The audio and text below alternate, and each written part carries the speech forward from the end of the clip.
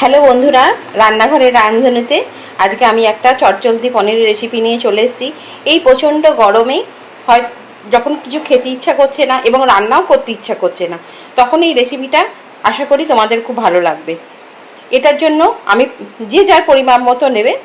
এটার জন্য পনির নিয়ে নিয়েছি, টমেটো, ক্যাপসিকাম, কাঁচা লঙ্কা, এর মধ্যে দুটো কাঁচা লঙ্কা চেরা, দুটো গোটা। আর এখানে হচ্ছে ভাজা জিরের গুঁড়ো হাফ চামচ, লঙ্কা গুঁড়ো স্বাদ মতো, নুন স্বাদ মতো। এটা হচ্ছে সর্ষে পোস্ত বাটা, এটা টক দই, এটা হচ্ছে সর্ষের তেল। এই কড়াইয়ের মধ্যেই আমি রান্নাটা করব। চলো এবার রান্নাটা শুরু করা যাক। প্রথমে আমি টক দইটা দিয়ে এর মধ্যে ঢেলে দেবো।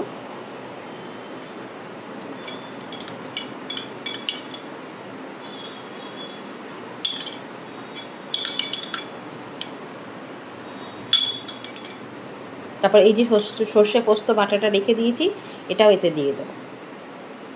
আমি যে পরিমাণ পোস্ত নিয়েছি, যদি 2 চামচ পোস্ত নেওয়া হয় তাহলে 1 চামচ সর্ষে।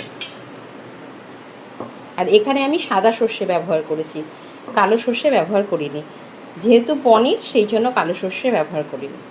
এখানে যে গুঁড়ো মশলাগুলো রেখেছি, জিরের গুঁড়ো, লঙ্কা গুঁড়ো, নুন, এইগুলো এর মধ্যে দিয়ে দেবো।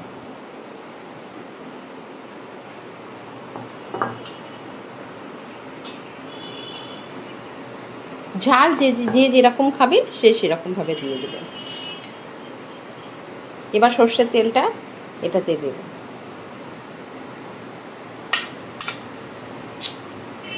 আমি 1 চামচ সর্ষের তেল নিয়েছি, কিন্তু বাকিটা এই বাটির মধ্যে পড়ে গেছে। এটাকে খুব ভালো করে মাখিয়ে নেব। এবার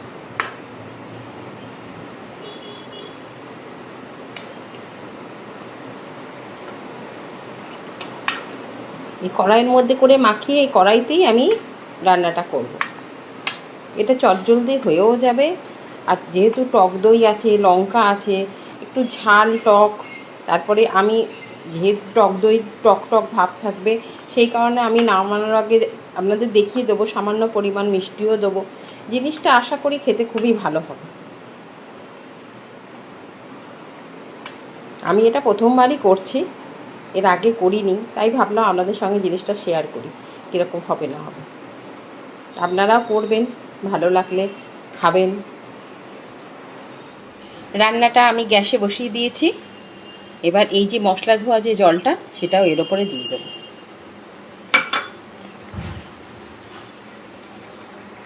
এবার আমি এটা একটু নেড়ে চেড়ে দেবো।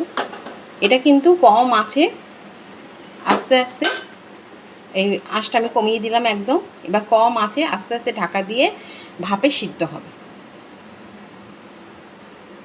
আমি যে কড়ার মধ্যে এই ঢাকাটা দিয়ে দিলাম, এবার আস্তে আস্তে এটা ভাপে সিদ্ধ হবে। এবার ঢাকাটা খুলে দেবো। আমার পনির মোটামুটি রেডি হয়ে এসছে। যেহেতু টক দই দিয়েছিলাম, সেই কারণের জন্য এতে সামান্য একটু মিষ্টি না দিলে স্বাদটা ব্যালেন্সে আসবে না। এতে আমি হাফ চামচ মতো অল্প মিষ্টি দিই, আমি সেই হাফ চামচ মতো মিষ্টিটা দিয়ে দিলাম, চিনিটা। এবার এটা আর একটুখানি চাপা দিয়ে নামিয়ে নেব। এটা একটু গামাখা গামাখা হবে, খুব বেশি শুকনো ভাত দিয়ে খেতে এটা বেশি ভালো লাগবে। সেই জন্য বেশি ঝোল ঝোল হবে না, গামাখা হবে। একটু সামান্য চাপা দিচ্ছি, চিনিটা জাস্ট গলে যাবে, তারপরে এটা নামিয়ে নেব।